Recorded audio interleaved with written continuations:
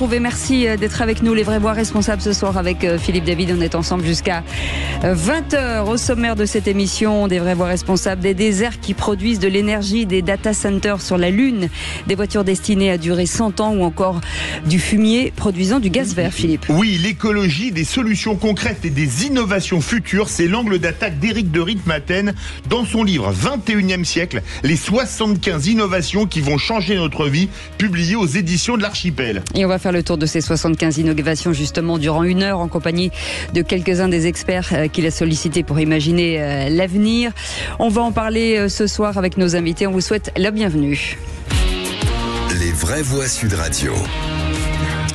Et avec nous, Éric de Ritmaten. Bonsoir, merci d'être avec nous. Oui, pardon, vous êtes de l'autre côté, auteur de ce livre 21e siècle, les 75 innovations vertes qui vont changer notre vie. Livre passionnant avec Christophe Debien qui est avec nous, président de l'OCCE, Organisation pour économie circulaire, vice-président du groupe Vernier, président de Green Business Club et directeur exécutif de Fonds Rénos pour la préservation de l'eau et de la biodiversité. Vous me montrerez votre carte de visite. En fait, sa carte de visite, c'est une feuille A4, c'est ça le problème. Qui se déplie. Oui, exactement. Brice Lalonde aussi est avec nous, ancien ministre de la Transition écologique et de la cohésion des territoires de France. Bonsoir, merci d'être avec nous, monsieur le ministre. Et puis nous aurons dans quelques instants aussi Laurent Meillot, journaliste spécialisé dans l'automobile, collaborateur de l'émission M6 Turbo. Il est aussi l'auteur notamment du guide de la voiture propre et de Demain l'automobile. Et puis Jérôme Mounter, qui sera aussi avec nous, cofondateur de Dualson. Voilà, ce livre incroyable de bonnes nouvelles, et ça change, ce livre magnifique 21e siècle, les 75 innovations vertes qui vont changer notre vie. Finalement, d'où vient cette bonne idée d'avoir un petit peu d'optimisme sur l'avenir? C'est rendre l'environnement agréable. Alors on est tous pour l'environnement, mais le problème c'est que, si vous voulez, c'est parfois punitif. On nous dit que le nucléaire c'est une mauvaise chose, qu'il faut l'arrêter. On nous dit que les panneaux solaires c'est de la pollution visuelle, que les éoliennes c'est mauvais parce que d'abord on détruit la faune, les poissons, etc. quand elles sont en mer. Alors je me suis dit, quand même, en France on a la chance d'avoir des chercheurs, des inventeurs, on a des ressources fantastiques. Mettons le côté positif, oui, à l'innovation concernant l'environnement, le vert, qui nous apporte beaucoup de choses positives pour le futur de manière optimiste. C'est ça qui m'intéressait. Et est-ce que votre livre, ça pourrait pas se résumer par un slogan des années 70 ? En France, on n'a pas de pétrole, mais on a toujours pas de pétrole, mais on a encore des idées. Alors oui, c'est vrai, vous avez raison, mais il n'y a pas que du français dedans, parce qu'il faut aussi les panneaux solaires, malheureusement, et je le dis, ils viennent de Chine, la plupart du temps. Mais quand même, il y a des entreprises françaises qui se donnent du mal, qui sont en train d'inventer des nouvelles technologies et qui permettront de fondre ce panneau solaire dans le paysage. On ne le verra plus. Et puis aussi, positif pour les agriculteurs, avec l'agrivoltaïsme, ils vont pouvoir poser de manière raisonnée, bien sûr, sur leur culture ou à côté des cultures, sur leur champ, des panneaux solaires qui vont produire de l'énergie. Ça va leur rapporter de l'argent. Ça, ce sont des idées. Quand j'en ai parlé à Bertrand Piccard, que l'on connaît tous, qui s'apprête à faire qui a fait la préface de l'ouvrage, il m'a dit: c'est très bien votre idée, Éric, mais aussi il faut que ce soit des choses réalisables, parce qu'avoir des idées, avoir des innovations qui sont coûteuses et impossibles à admettre, enfin en tout cas à faire admettre par le public, c'est pas la peine de les avoir. Monsieur le ministre, merci d'être avec nous. Petite question forcément sur l'écologie en général. Aujourd'hui, on parle effectivement beaucoup d'écologie punitive, et pourtant l'avenir nous promet des moments plutôt agréables avec cette écologie, avec de l'innovation et des choses surtout qui vont nous faciliter la vie. Oui, et puis c'est extraordinaire de voir à quel point c'est en route. Parce qu'on peut évidemment être plus ou moins pessimiste ou plus ou moins optimiste, mais moi je suis frappé de ce progrès absolument énorme. Et il est porté pas simplement par ce qui est un peu écologique, les photovoltaïques et tout ça, il est aussi très largement porté par le numérique. Donc il y a une espèce de numérisation. Moi je vois des communautés de communes qui organisent les transports, on a une application, on sait on peut se garer, on a un garage relais, on sait qu'il y a l'autobus qui arrive, ensuite on sait qu'on a un train. Enfin, tout ça c'est incroyablement organisé et c'est en train de se développer devant nous. Christophe Debien, est-ce que ce livre finalement c'est pas un peu l'écologie positive et surtout qui prend en compte l'évolution technologique qui va tout révolutionner? En fait, c'est exactement ça. C'est exactement l'écologie positive. Bonne, hein. La question était bonne. Et merci de me l'avoir posée. En fait, l'écologie positive, moi, c'est ce que je prône au sein de l'OCCE. Donc, le CCE, c'est l'Organisation pour le climat et l'économie circulaire à Bruxelles. C'est une fédération européenne. Et on travaille sur ce domaine de l'écologie positive pour également mettre un petit peu de côté ce qu'on appelle le punitif, parce que il y en a un petit peu marre de dire aux gens voilà, c'est de votre faute, on va vous faire payer. L'écologie, ça devient presque quelque chose de clivant maintenant pour certaines personnes. Donc il faut aller vers le positif. Et Eric a raison avec son livre d'avoir développé les innovations qui sont d'ailleurs 75 là jusqu'à 2100. Et ces innovations-là sont extraordinairement positives. C'est ça qui va relever en fait le défi de l'écologie aujourd'hui. Et puis là, c'est des faire accepter. Vous voyez, par exemple, le nucléaire, on pense au SMR, les petites centrales nucléaires. Qui doivent arriver en 2032 à peu près. Heureusement, en France, on a fait machine arrière. On est pour maintenant de relancer le programme nucléaire. Mais quand je lis que certains écologistes, et ça, Brice Lalonde peut-être nous en parler, veulent bloquer la mise en place de ces SMR, il faut rappeler que les SMR, ce sont des small reactors, hein, et qui pourraient aller dans les régions reculées et qui éviteraient justement d'avoir des énormes centrales qui mettent 15 ans à être construites à peu près. Voilà, qui coûtent vraiment extrêmement cher. C'est comme si on mettait le moteur d'un porte-avions, si vous voulez, nucléaire. Il faut pas oublier qu'un porte-avions, c'est avec un moteur nucléaire. Voilà, c'est un petit peu ça, et ça permettra de désenclaver des régions, et c'est donner aussi de l'énergie pas chère, parce que là, on va en reparler, hein, de ce point de l'énergie trop chère aujourd'hui, à beaucoup de populations, et faire de la France un pays souverain dans ce domaine. Monsieur le ministre, Brice Lalonde, pardon, Philippe, est-ce que finalement, il n'y a pas un problème de pédagogie depuis des années sur le nucléaire ? Alors, vous voyez bien qu'il y a un retour en grâce du nucléaire. Ça ne résout pas tous les problèmes, mais au moins les Français se rendent compte que grâce au nucléaire, ils envoient énormément moins de gaz à effet de serre que leurs voisins, que l'Allemagne par exemple. Et donc on se rend compte aujourd'hui qu'on a besoin du nucléaire. Et quant aux petits réacteurs, oui, les Français sont en pointe, hein. Il y a au moins 4 ou 5 start-up, comme on dit, entreprises qui sont en train de se lancer dans les petits réacteurs avec des innovations tout à fait remarquables.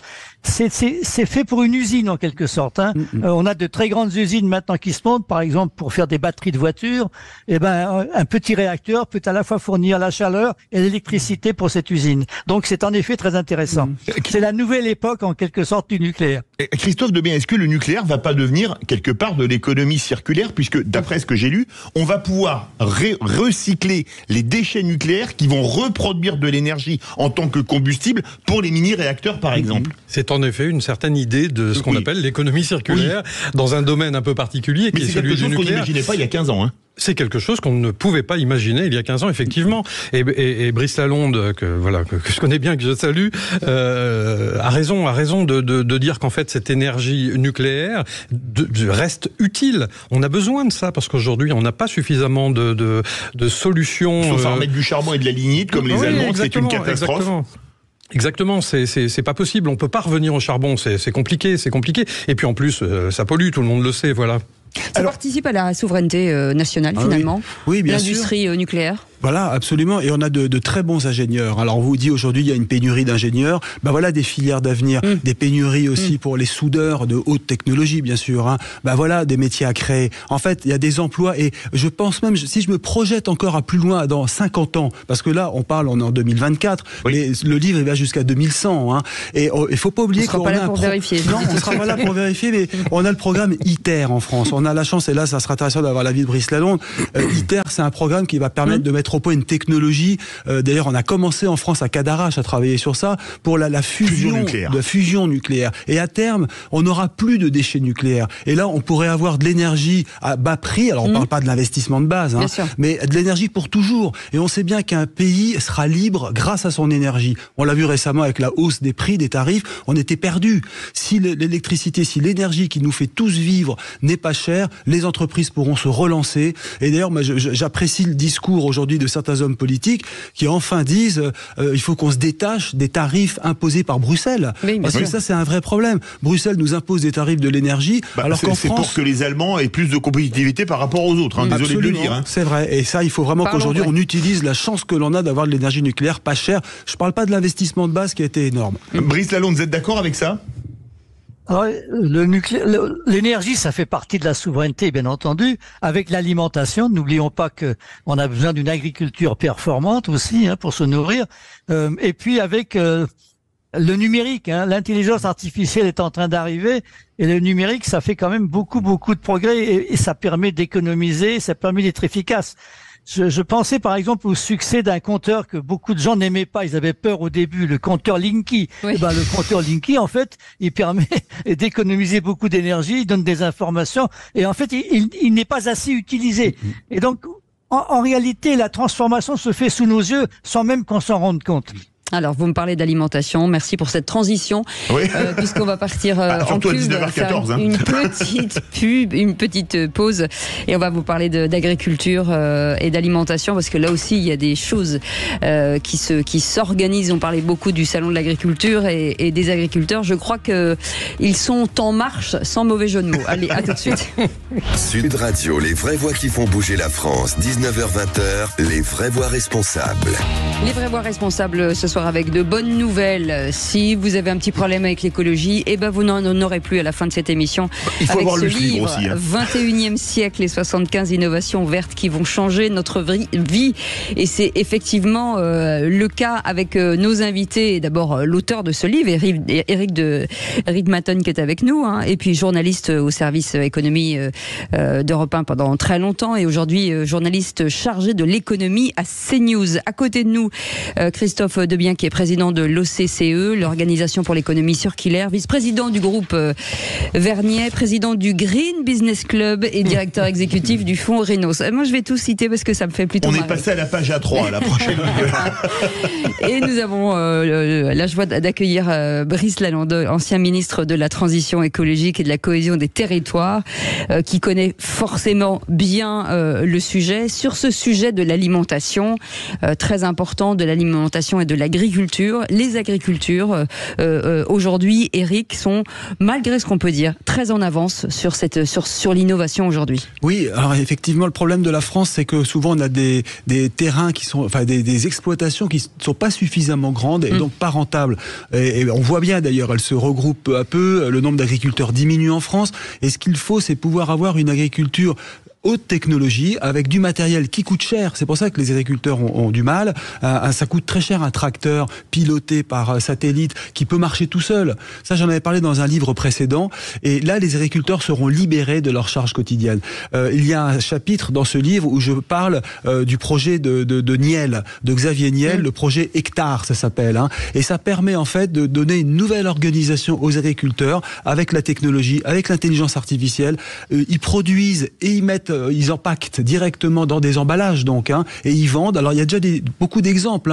Dans la Beauce, vous avez une entreprise qui s'appelle Ebly, qui produit ces céréales, qui les met en boîte, qui les vend, qui fait des marques. Voilà l'avenir. C'est eux qui ont posé le brevet pour rendre le blé cuisable comme les pâtes et le riz. C'est exactement ça. Il y a une trentaine d'années. Et je crois énormément à cela. Alors, il faut aider aussi les agriculteurs. Il faut leur donner des moyens, les aider aussi. Et ça, c'est un autre chapitre du livre sur les insecticides du futur, parce que ils ont bien sûr, ils ont besoin d'utiliser les insecticides. Alors on peut être contre ou pour, bien sûr, ils en ont besoin, eux, dans certains cas. Je parle pas du glyphosate, bien sûr, qui a un certain danger prouvé. Mais en tout cas, si on veut produire, gagner de l'argent, vendre, il faut les aider à mettre au point cet insecticide vert. Et là, j'ai rencontré une entreprise qui s'appelle Immunrise, qui se trouve près de Bordeaux. C'est un laboratoire. Ils mettent au point actuellement un insecticide vert à base d'algues qui va stimuler la plante et donc la protéger. Parce que partout dans le monde, vous avez des invasions d'insectes. On donne l'exemple, par exemple, aux États-Unis, de cette invasion de sauterelles, des millions de sauterelles qui sont arrivées sur des cultures, qui ont envahi même des villes, et on imagine... Et qui ont dévasté... et qui dévastent les cultures. Mettons au point donc cette innovation, et il faut pour ça des moyens, et la France a les moyens de développer cela. C'est là où l'État doit intervenir pour aider. Vous comprenez, on peut pas laisser les gens comme ça, sans aide de l'État, sur des projets aussi importants. Brice Lalonde, pour l'alimentation et l'agriculture, point de souveraineté, vous l'avez rappelé tout à l'heure, on n'a pas de tabou sur Sud Radio, vous êtes ancien ministre et écologiste, en plus vous avez parlé du nucléaire. Est-ce qu'il y a certains tabous qui vont sauter, comme par exemple les OGM, pour éviter d'utiliser des pesticides, ou tout ce dont parle Eric de Ritmaten dans ce livre? Alors oui, les OGM... Alors maintenant, il y a plusieurs familles d'OGM, mais le Parlement européen, par exemple, vient d'autoriser une certaine catégorie d'OGM Et je crois que pour l'instant, l'expérience que l'on a des OGM, en tous les cas ailleurs qu'en France, montre qu'il n'y a pas de danger avec les OGM.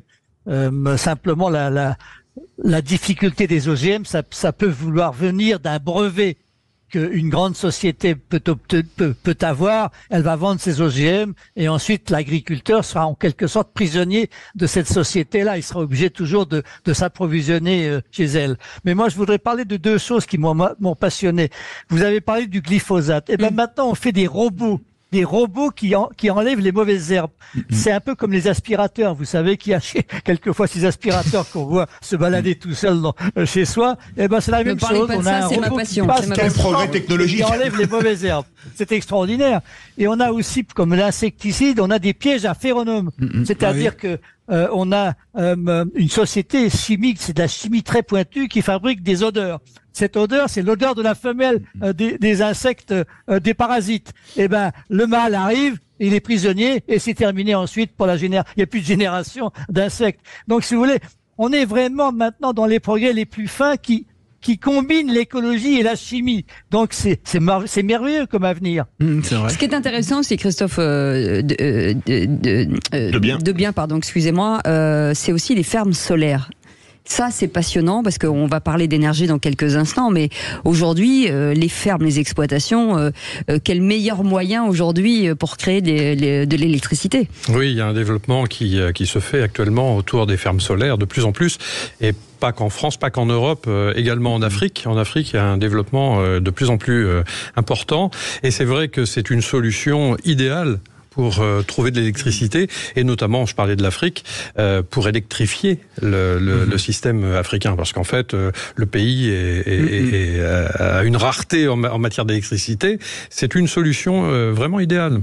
Vous parlez d'une chose dans ce livre, Éric de Rijnmaten, décennie 2060, 30 ans à peu près, 35 ans, les vaches bas carbone détrônent les limousines. Vous parlez de la race limousine, pas des voitures, hein, évidemment. Oui, c'est vrai. Effectivement, alors là, c'est assez extraordinaire. C'est une race de vaches, hein, les jersiaises, si je me souviens bien, les jersiaises, qui étaient utilisées autrefois par la grande aristocratie, qui étaient dans des champs autour des châteaux, hein. Mais il se trouve que ces bêtes, ne faisaient pas de gaz, ou très peu de gaz, grâce à la qualité de l'herbe. Eh bien, voilà, il n'y avait pas de problème de rejet d'émissions de carbone, vous voyez. Parce que c'est du méthane, en fait. Exactement, hein. Et donc, ce sont des vaches respectueuses de l'environnement. Et ça, c'est une nouvelle race qu'on pourrait développer. Il y a des fermes spécialisées en France qui développent ces races de vaches. Et moi, je les conseille vraiment parce qu'elles sont belles en plus. On dirait presque un peu des on en a vu au salon de l'agriculture, c'est pour ça. Cécile de Ménibus adore les vaches. Mais je trouve ça très mignon. Je trouve ça ravissant, en tout cas. Moi, j'adore les animaux en général. L'agriculture pourrait aussi produire des électrons en 2028. Alors ça, exactement. 2028, c'est quand même très proche de nous. De quelle manière et pour faire quoi? Alors ça, c'est une possibilité pour les agriculteurs, j'en disais un mot tout à l'heure, de couvrir une partie de leur récolte, non pas de les couvrir complètement, mais sur certaines parties, pour d'abord les protéger de l'eau qui tombe, des grêles, des tempêtes de grêle, des tempêtes de pluie, du vent. Et ce sont des panneaux solaires qui sont placés donc au-dessus des cultures. On peut quand même passer avec un petit tracteur ou un robot, puisqu'on va arriver dans une période où, bien sûr, les récoltes pourront être robotisées. Hein. C'est déjà le cas. Voilà, absolument. Et ça permettra de générer donc de l'énergie électrique qui sera vendue, injectée dans le réseau. Et ça, ce sera donc une source de recettes pour les agriculteurs. De même qu'il y aura la récupération des végétaux. Hein, GRDF m'a raconté, par exemple, que les biocarburants, on en parle maintenant, hein, et le compostage va permettre aussi de générer du carburant vert à terme. Donc là aussi, c'est une manière facile et pas chère de créer de l'énergie à partir de cela, le gaz vert, hein, vous voyez. Et vous parliez tout à l'heure aussi de ces panneaux solaires considérables. Je précise que les fermes solaires se développent. J'ai 3 exemples à vous donner. Vous aurez tous les détails dans le livre, hein. Mais en France, moi j'ai appris par exemple que la base aéroportuaire de Creil, hein, dans le nord de Paris, était la plus grande base solaire de France, 147 hectares, où on va produire de l'énergie électrique grâce à cela, alors que c'est une ancienne base aérienne. Que deuxièmement, vous allez avoir les chemins de fer qui vont avoir des voies solaires. Et d'ailleurs, la SNCF a annoncé un investissement d'1 milliard d'euros pour poser sur ces terrains des panneaux solaires et produire de l'énergie électrique. Vous voyez comme c'est intelligent. Et puis le troisième point, c'est ce qui se passe aujourd'hui en Arabie Saoudite. Il faut quand même pas oublier qu'on est en train de se faire dépasser. Ils ont des champs solaires de 77 km² dans le désert. Je ne sais pas si vous imaginez ce que ça représente. Là, ils ont un peu de soleil. Voilà.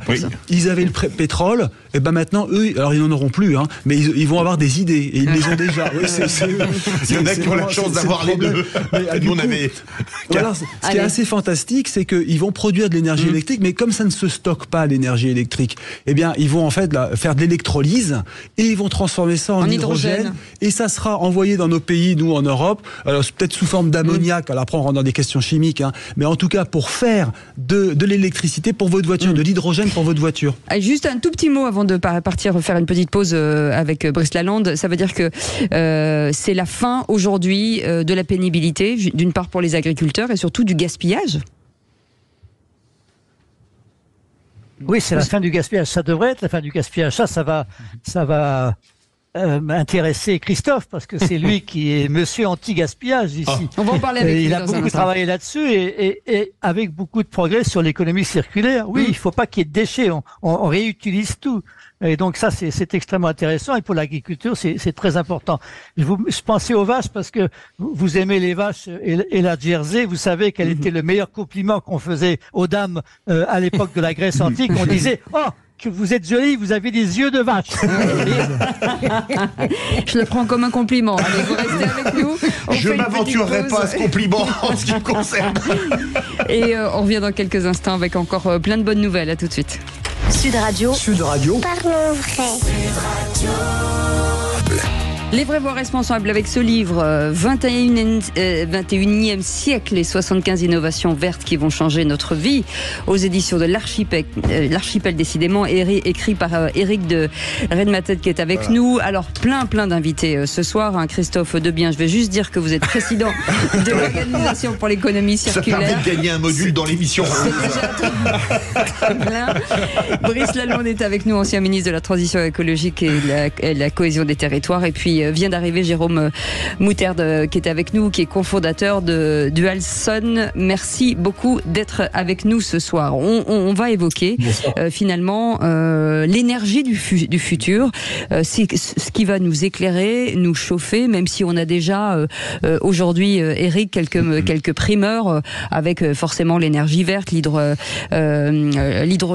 tout ce qui est le e-fuel en général, qu'on n'utilise pas assez aujourd'hui sur cette transition écologique.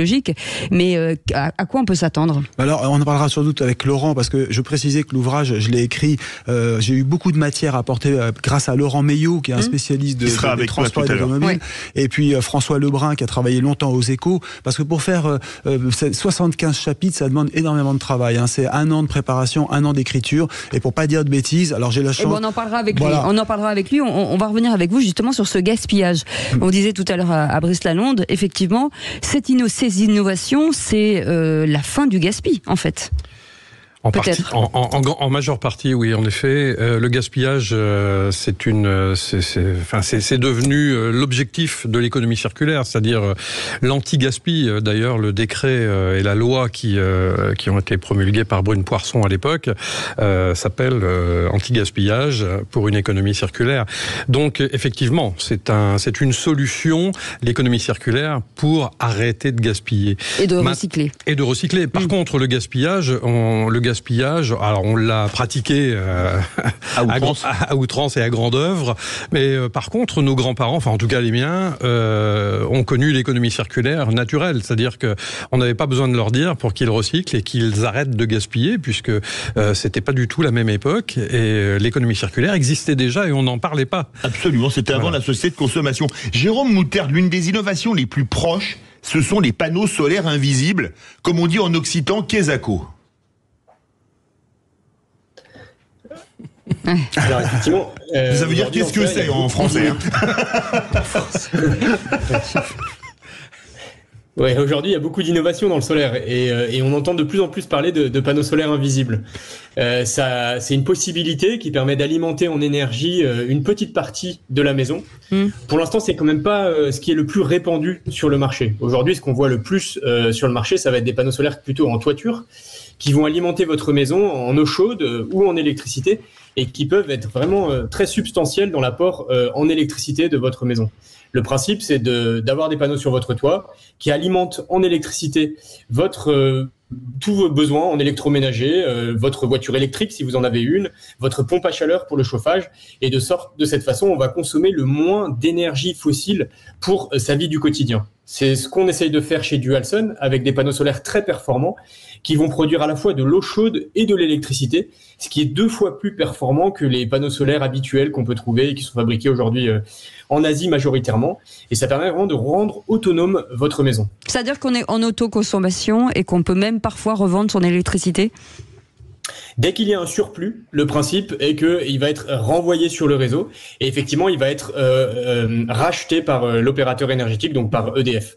Mais le principe, c'est vraiment l'électricité qui est produite sur la toiture est consommée directement dans la maison. L'électron solaire qui est produit par les panneaux solaires va vraiment au plus court, circuit court, ça c'est très clair. On parle parfois d'énergie potagère, j'aime beaucoup ce terme. On a son potager d'énergie sur le toit pour sa propre consommation. Et parfois, il y a un surplus, parce que parfois, il va faire très beau. Vous allez avoir moins de besoin en électricité à un instant T dans la journée. Et ce surplus, il est renvoyé sur le réseau, ce qui est aussi assez naturel, puisque là, il y a un partage d'électrons qui s'opère, puisque ça va être le voisin à côté qui va en bénéficier. Donc EDF vous le rachète et le revend à votre voisin pour question de simplicité de comptage. Il y a même des voitures qui bientôt auront des panneaux solaires au-dessus en autoconsommation. Alors on n'en est pas là pour l'instant. Non, on n'en est pas là. Moi, je crois surtout à l'ordre de grandeur. Il y a un petit progrès à faire. Si vous voulez, c'est un bon ordre de grandeur. Si vous voulez, avec une grande sur une remorque. Voiture, on va plutôt mettre 20 mètres carrés, 30 mètres carrés pour alimenter et recharger une voiture électrique. Et ça, c'est très pertinent de faire des carports. On en voit de plus en plus des carports où vous allez garer votre voiture dessous et recharger dans la journée.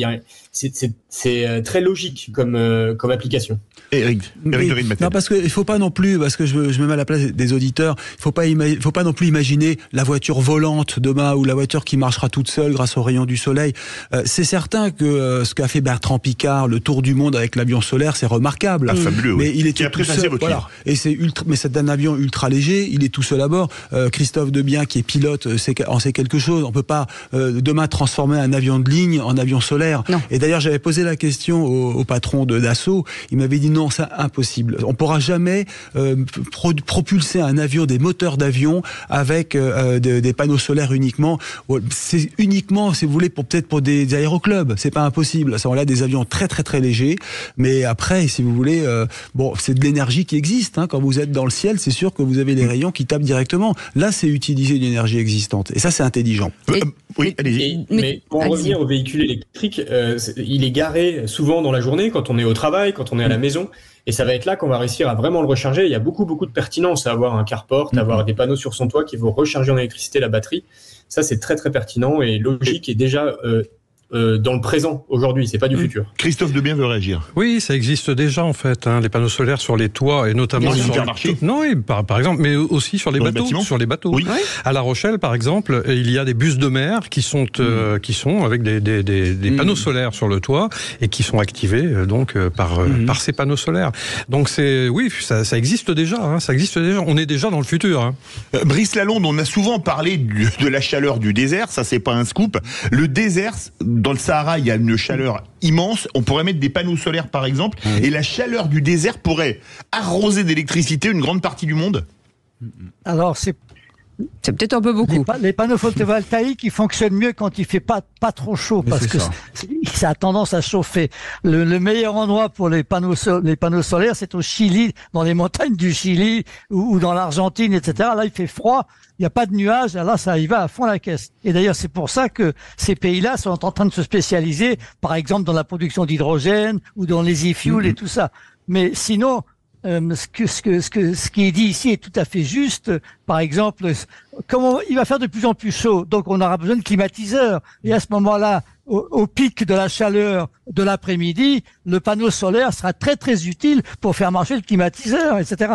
Et donc, la production électrique, photovoltaïque ou éolienne, ça va aller de pair avec l'électrification des usages, la voiture électrique, le chauffage électrique, tous les appareils électriques numériques à la maison. Et donc, il faut que l'électrification de la consommation ou de la demande aille du même pas. à la même vitesse que l'électrification de la production. Je sens que Jérôme Moutarde a envie de s'exprimer sur le sujet. Oui, le mot de la fin. On croit beaucoup chez Dualsun à vraiment produire l'électricité au plus proche de là où elle va être consommée. Donc effectivement, on voit une explosion des besoins en climatisation. Les voitures électriques, qui génèrent une énorme demande en électricité, sont tout à fait compatibles et cohérents pour installer des panneaux solaires vraiment sur le toit le plus proche possible. Comme ça, on évite les pertes, on crée sa propre électricité. Il y a une vraie appropriation de sa production d'électricité et du coup, les consommateurs sont aussi très attentifs à la consommation et à réduire leur consommation. C'est très pédagogique d'avoir des panneaux solaires sur son toit. Nous, on pense que c'est vraiment un acte qui permet d'être très pertinent pour la transition énergétique d'aujourd'hui. Donc, chez Dualsun, on propose des panneaux solaires qui vont plutôt s'installer en toiture des maisons et je crois que ça va passer par là plein d'îlots énergétiques sur chaque toiture de maison. Il vous faudra en mettre sur mon portable si vous avez 5 minutes. C'est une catastrophe. Allez, on fait une petite pause, on revient dans un instant. Pourtant, vous avez tellement d'énergie, Cécile. Oh, c'est beau, c'est beau.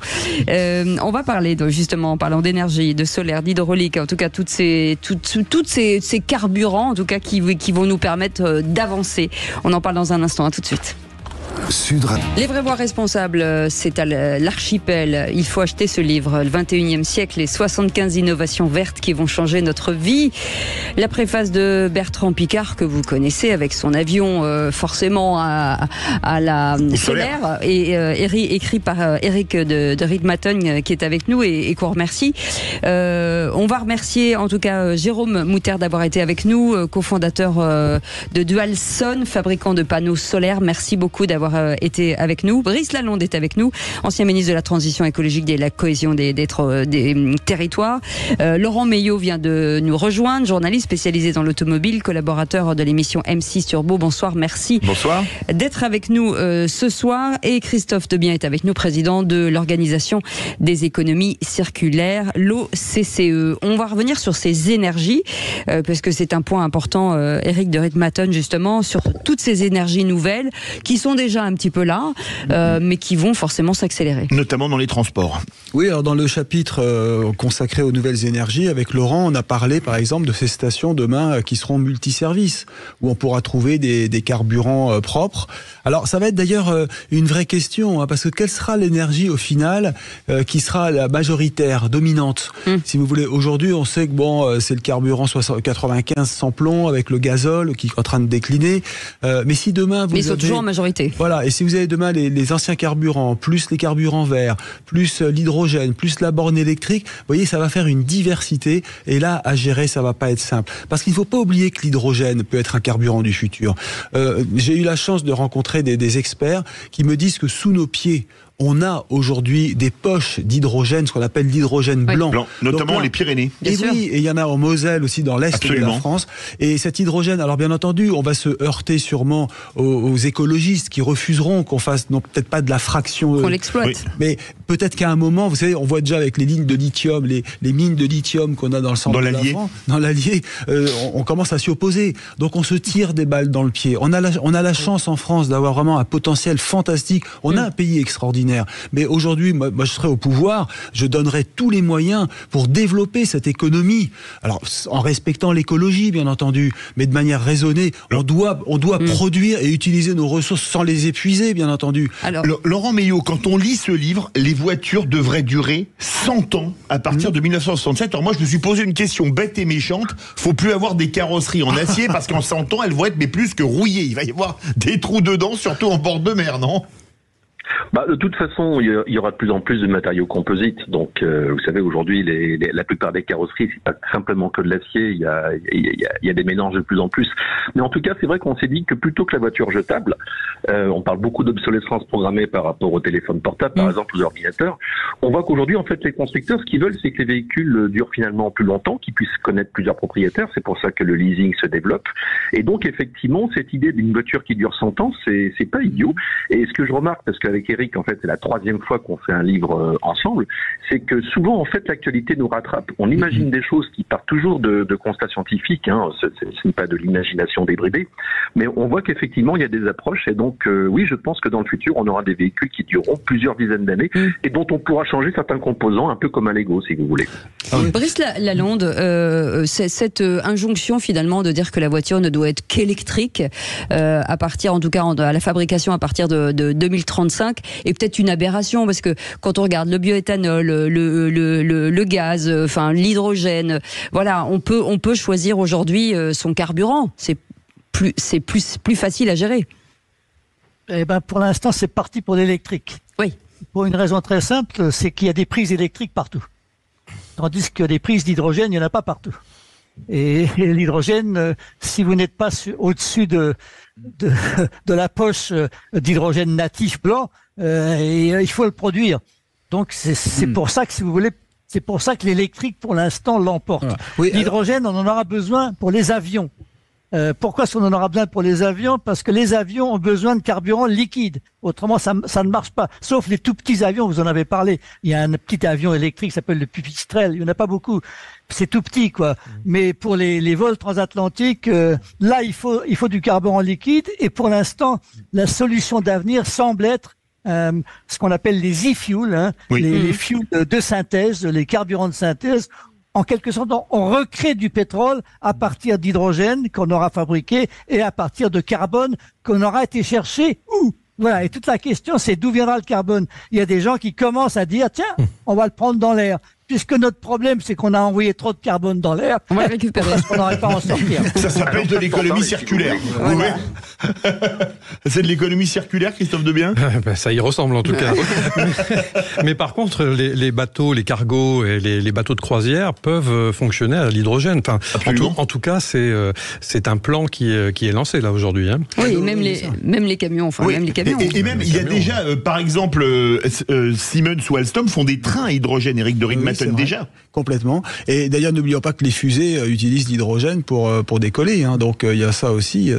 Non, mais ce que je voulais dire simplement, c'est qu'il faut pas raisonner à 2025. Hein, il faut à 2024. Il faut se projeter dans l'avenir. Ça fait, même si ça arrive en 2050, ce sera quand même assez formidable. Oui. C'est dans 25 ans, 2050. Hein. Ça va très vite. 2075, vous voyez.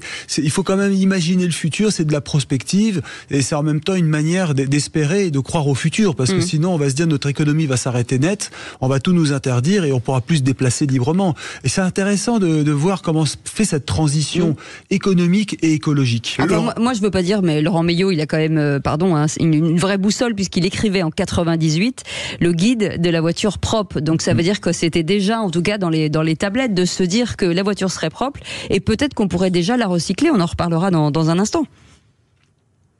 Laurent Meillot. Oui, alors bien sûr. De toute façon, les efforts que font les constructeurs, ça ne date pas d'hier, hein, très clairement. Vous savez, si vous parlez d'hydrogène, en fait, les constructeurs japonais, ils travaillent depuis 25 ans. La Toyota Prius hybride, c'est dans les années 60-70 qu'ils ont commencé à y réfléchir. Donc effectivement, ça vient de loin. C'est juste qu'en fait, il y a un alignement des planètes et qu'aujourd'hui, comme l'Europe veut interdire en 2035 les moteurs thermiques, ça accélère tous les investissements.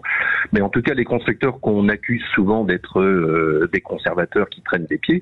Je rappelle juste que les premières voitures électriques, non seulement elles dataient de l'histoire de l'automobile au 19e siècle déjà, mais en fait, à l'après-guerre, Peugeot et Renault faisaient déjà des voitures électriques. Alors, et la première qui est passée les 100 à l'heure, c'était dans les années 1900, la jamais contente qui était française. La jamais contente. Exactement. On parle de moi. Alors, si vous permettez, j'aimerais juste rebondir un petit instant sur les e-fuels, parce que ce matin, en fait, le président de Renault a été auditionné par le Sénat. Ouais. Et qu'est-ce qu'a dit Jean-Dominique Sénard? Parce qu'on lui disait, oui, les e-fuels, c'est bien, mais c'est que pour les Porsche, les voitures de sport. Il disait, mais détrompez-vous, nous, on pense qu'il y a un modèle économique. Et en fait, ces carburants issus de CO2 et de l'hydrogène vert, comme ça a été expliqué, pourraient en fait être appliqués à tous les véhicules en parc. Donc, autrement dit, des milliards de véhicules pourraient être alimentés à ça. Et donc, on pourrait d'un coup réduire une bonne partie des émissions de CO2 sans remplacer les véhicules, sans infrastructures coûteuses. Alors, il faut bien sûr produire en énorme quantité ces e-fuels, mais c'est juste pour dire que on a des solutions parfois qui se présentent et qui peuvent avoir des très larges champs d'application. Il nous reste 30 secondes pour le mot de la fin, Eric. Ah, c'est déjà la fin? Bah oui, ça fait 1 heure, hein, ça passe vite. Ah bah non, mais je voulais vous parler aussi d'innovations intelligentes comme les petits trains écolos demain, électriques d'ailleurs. Enfin, c'est des trains qui vont se recharger à une station, ils vont aller à la suivante, ils vont biberonner à chaque station et du coup, on va récupérer les anciennes lignes ferroviaires, celles que vous voyez souvent qui sont envahies de ronces, qui sont à l'abandon. Et demain, dans les montagnes, dans les Alpes, dans les Pyrénées, vous aurez ces petites lignes qui vont revivre grâce à ces trains. Et ça, c'est la société LOR qui m'a donné ce tuyau, qui a même signé un accord déjà avec la SNCF. Donc vous voyez, on est en route vers le futur avec des idées simples qui sont pas forcément coûteuses et qui permettront de remettre en route les chemins de fer de demain qui seront pas forcément des trains coûteux. Et qui est même poétique. Merci beaucoup en tout cas d'avoir été avec nous, Eric de Riedmatten, avec ce livre 21e siècle, les 75 innovations vertes qui vont changer notre vie chez l'Archipel. Et dans ce livre, vous retrouverez bien sûr Laurent Meillot, vous retrouverez Christophe Debien qui est président de l'OCCE, l'Organisation des économies circulaires. Aussi, merci beaucoup Brice Lalonde, ancien ministre de la Transition écologique et de la cohésion des territoires. On était ravis de vous avoir accueillis. Il y avait aussi Jérôme Moutarde qui était cofondateur du Alson, fabricant de panneaux solaires. Et j'ai oublié quelqu'un, j'ai oublié personne. Voilà. Et merci Philippe David. Merci à vous Cécile de Ménibus. On se retrouve demain à 17h pour les vraies voix. Après le flash de 20h, les essentiels de Sud Radio. Mais tout de suite, Sud Radio à votre service.